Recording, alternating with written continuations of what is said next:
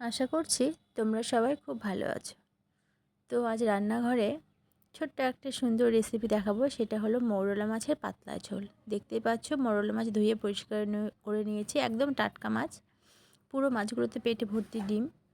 তো আমি হলুদ লবণ মাখিয়ে এগুলোকে সুন্দর করে ভেজে নেব, একটু লাল লাল করে ভাজবো। এটা একদম পাতলা ঝোল করব, সেই জন্য লাল লাল করে ভাজবো। তো মৌরলা মাছ চচ্চড়ি করলে কিন্তু কাঁচাতেই বেশি ভালো লাগে।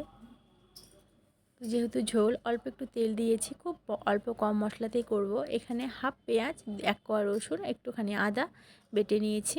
নেওয়ার পরে দিয়ে দিলাম এখানে একটু জিরে গুঁড়ো দেবো, আর কাঁচা লঙ্কা চেরা দেবো, আর ফোড়নে দিয়েছি একটু কালো জিরে। দিয়ে মশলাটাকে একটু কষিয়ে নেব, খুব ফুটছে যেহেতু অল্প মশলা। একটা টমেটো দিয়েছি, বেশি বড় নয়, ছোট ছোট সাইজের। দিয়ে মশলাটাকে কষিয়ে নেব, নিয়ে জল দিয়ে দেবো। যেহেতু পাতলা ঝোল করব, জলের পরিমাণটা একটু বেশি দেব। দিয়ে মাছগুলোকে দিয়ে ঢাকা দিয়ে রাখবো। ঢাকা তুলে রেডি হয়ে যাবে আমার মৌরলা মাছের পাতলা ঝোল। এই ঝোলটা দিয়ে ভাত খেতে কিন্তু খুব ভালো লাগে। একদম পাতলা ঝোল, আর খেতে খুব দুর্দান্ত হয়। একটু ঝাল দেবে, ঝাল ঝাল করলে এটা খেতে খুব সুন্দর হয়। তো আমরা এরকম করে পাতলা ঝোল রান্না করি, আর খেতেও খুব স্বাদ হয়। এটা টেস্টটা খুব মারাত্মক হয়। তোমরা যারা যারা খেয়েছো তারা অবশ্যই জানো। তো আমি যেভাবে করি তোমাদের সঙ্গে সেটাই শেয়ার করলাম।